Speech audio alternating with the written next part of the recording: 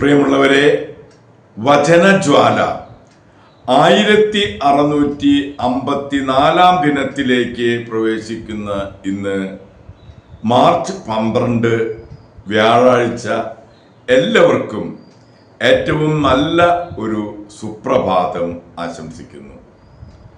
50 നോമ്പ് 26 ദിവസത്തിലേക്ക് പ്രവേശിക്കുന്ന ഇന്നത്തെ വചനവായനയിൽ ജെറേമിയായുടെ പുസ്തകം 29 അധ്യായം 17 മുതൽ 32 വരെയുള്ള തിരുവാക്യങ്ങളാണ് നാം ഇന്ന് ശ്രവിക്കുക.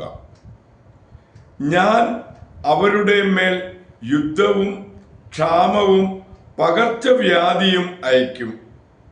അവരെ ഞാൻ തിന്നാൻ കൊള്ളാത്ത വിധം ചീത്തയായ അത്തിപ്പഴത്തിന് തുല്യമാക്കും. സൈന്യങ്ങളുടെ കർത്താവ് അരുളി ചെയ്യുന്നു. വാളും ക്ഷാമവും പകർച്ചവ്യാധിയും കൊണ്ട് ഞാൻ അവരെ വേട്ടയാടും. ഭൂമിയിലുള്ള സകല ജനതകൾക്കും അവർ ബീഭത്സ വസ്തുവും ശാപവും ആയിരിക്കും. ഞാൻ അവരെ ചിതറിച്ച രാജ്യങ്ങളിലെല്ലാം അവർ സംഭ്രമവും പരിഹാസവും അവജ്ഞയും ജനിപ്പിക്കും.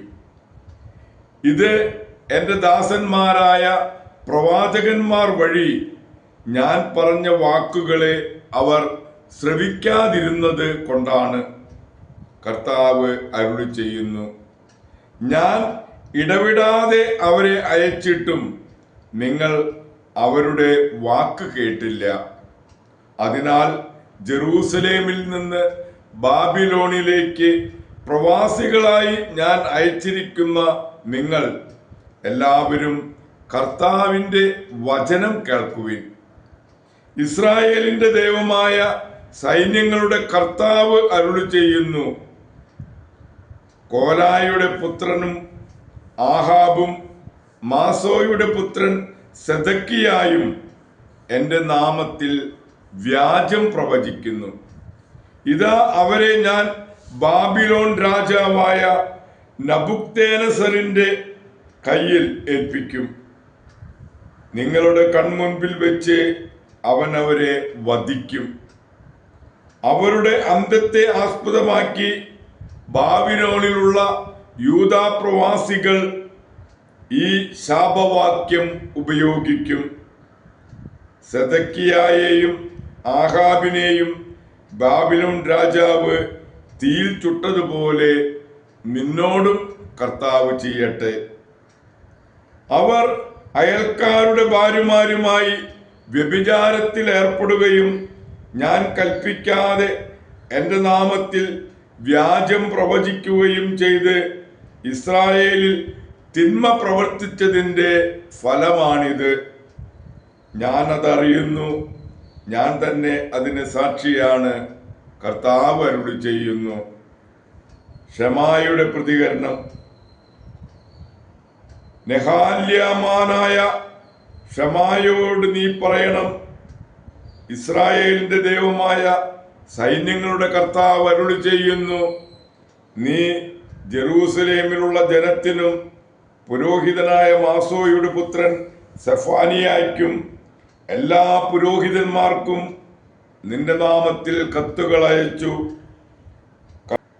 കർത്താവ് യഹോയാദയ്ക്ക് പകരം നിന്നെ പുരോഹിതനാക്കിയത് നീ ദേവാലയത്തിൽ അധികാരി ആയിരിക്കുന്നതിനും പ്രവാചക വേഷം കെട്ടുന്ന ഭ്രാന്തന്മാരെ വിലങ്ങ് വെച്ച് തടവിലാക്കുന്നതിനും വേണ്ടിയാണ്.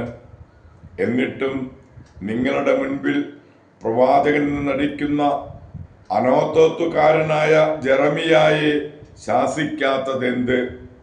അതുകൊണ്ടല്ലേ അവൻ ബാബിലോണിലേക്ക് ആളയച്ച് ഈ പ്രവാസം ദീർഘിക്കും, വീട് പണിത് വസിക്കുവിൻ, തോട്ടങ്ങൾ നട്ടുപിടിപ്പിച്ച് ഫലമനുഭവിക്കുവിൻ എന്ന് പറഞ്ഞത്?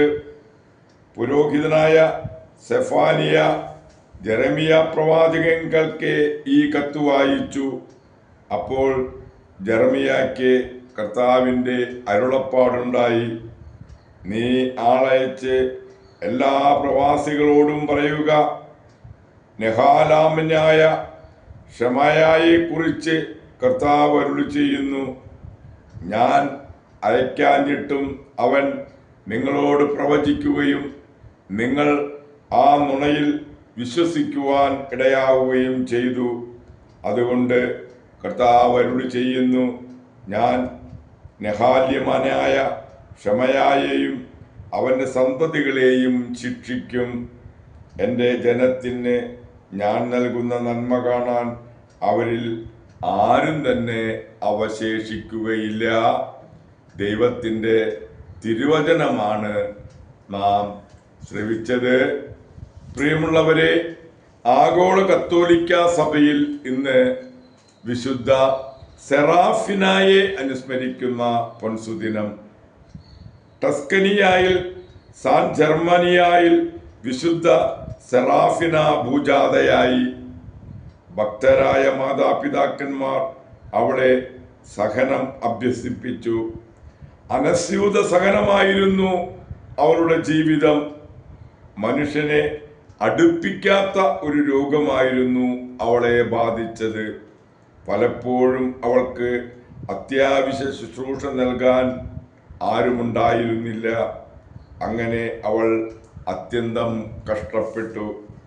സെറാഫിന ഒരു മഠത്തിലും ചേർന്നില്ലായിരുന്നുവെങ്കിലും വീട്ടിൽ ബെനഡിക്റ്റൻ സഭാ നിയമം അനുസരിച്ചാണ് ജീവിച്ചിരുന്നത്. ബെനഡിക്റ്റൻ വൈദികരുടെ ആധ്യാത്മിക നിയന്ത്രണത്തിൽ അവൾ വിശുദ്ധിയിൽ അഭിവൃദ്ധി പ്രാപിച്ചു. കഷ്ടപ്പെട്ടിരുന്ന സെറാഫിന നാട്ടുകാരുടെ പ്രിയപാത്രമായിരുന്നു. സാന്താഫിന എന്നാണ് അവൾ അവളെ വിളിച്ചിരുന്നത്. 1253 അവളുടെ കഷ്ടതകൾ നിത്യമായി അവസാനിച്ചു. പ്രിയമുള്ളവരെ, മരണമേ എൻ്റെ സഹോദരി, എനിക്ക് വാതിൽ തുറന്നു തരിക എന്ന് വിശുദ്ധർ പ്രാർത്ഥിച്ചിരുന്നത്. പ്രിയമുള്ളവരെ, ഇന്ന് തന്നെയാണ് വിശുദ്ധ തെയോഫെയിൻസിനെ അനുസ്മരിക്കുന്ന ദിവസം കൂടി.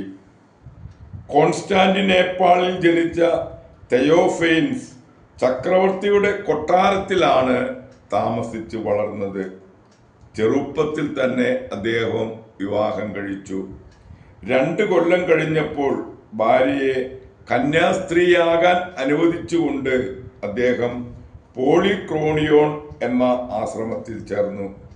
പിന്നീട് അദ്ദേഹം തന്നെ 2 ആശ്രമങ്ങൾ സ്ഥാപിച്ചു. സിഗ്രിയാന മലയിലെ ആശ്രമത്തിന്റെ ആബട്ടായി തെയേഫിനസിന് തന്നെ ഭരണം നടത്തി. ദേവാലയങ്ങളിലും വിശുദ്ധരുടെ തിരുസ്വരൂപങ്ങൾ നശിപ്പിക്കുന്നവരോടുമുള്ള എതിർപ്പ് മൂലം തെയോഫിൻസ് നാട് കടത്തപ്പെട്ടു. ഡെമോത്രോസിൽ വെച്ച് അദ്ദേഹം കഷ്ടതകൾ സഹിച്ച് മരിക്കുകയാണുണ്ടായത്. ബൈസന്റൈൻ റീത്തിന്റെ 210 മുതൽ 813 വരെയുള്ള ചരിത്രം അദ്ദേഹമാണ് എഴുതിയത്. പ്രിയമുള്ളവരെ, കഷ്ടാരിഷ്ടതകൾ അസഹ്യമാവുകയും അവയെ വിട്ടൊഴിയാൻ നീ എത്രമാത്രം പരിശ്രമിക്കുകയും ചെയ്യുന്നുവോ അത്രമാത്രം നിന്റെ കാര്യം ദുർഭകം തന്നെ. നീ വിട്ടൊഴുകാൻ പരിശ്രമിക്കുന്ന കഷ്ടതകൾ എല്ലായിടത്തും നിന്നെ പിന്തുടരും. നമുക്ക് വിശുദ്ധയായ സെറാഫിനയായുടെയും വിശുദ്ധ തെയോഫെയിൻസിൻ്റെയും മാധ്യസ്ഥം യാചിച്ച് ഈ നല്ല ദിവസത്തിലേക്ക് പ്രവേശിക്കാം. എല്ലാവർക്കും നല്ല ഒരു വ്യാഴാഴ്ച ദിവസം ആശംസിക്കുന്നു. ദൈവം നമ്മെ ഓരോരുത്തരെയും സമൃദ്ധമായി അനുഗ്രഹിക്കട്ടെ.